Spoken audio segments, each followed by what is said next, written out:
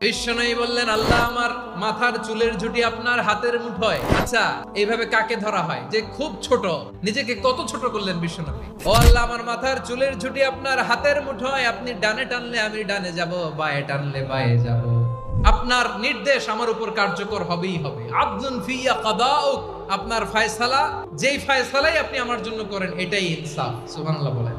আমরা আল্লাহর ফায়সালায় সন্তুষ্ট হতে চাই না। কত কমপ্লেইন, আল্লাহ তুমি এটা দিলা না, ওইটা পাইলাম না, ওইটা হইল না রে, এরকম অভিযোগ কমপ্লেইন আমাদের আছে না নাই? আর বিশ্বনবী বলতেন, আদলুন ফিয়া কাদাউ, আল্লাহ আমার জন্য তোমার যেটা ফায়সালা এটাই সবচেয়ে শ্রেষ্ঠ ইনসাফ, এর চেয়ে ইনসাফ আর হতে পারে?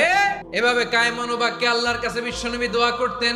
এরপরে বিশ্বনবী বললেন, আল্লাহ তোমার যত নাম আছে সব নামের ওসিলায় দোয়া করি, যে নাম তুমি আমাদেরকে জানিয়েছো, যে নাম তুমি আমাদেরকে জানাও নাই, যে নাম তুমি কোরআনে নাজিল করেছো, যে নাম নাজিল করো নাই, যে নাম শুধু নবীদেরকে জানিয়েছো, তোমার ওই নামের ওসিলাও তোমার কাছে চাই। আল্লাহকে আমার হৃদয়ের বসন্ত বানাও, আমার বক্ষের জ্যোতি বানাও, আমার চিন্তা দুশ্চিন্তা তুমি দূর করে দাও। বিশ্বনবী বললেন, এই বাক্যগুলো পড়ে যদি কেউ আল্লাহর কাছে ফরিয়াদ করে, তার হৃদয় থেকে দুশ্চিন্তা কাটিয়ে দিবে কে?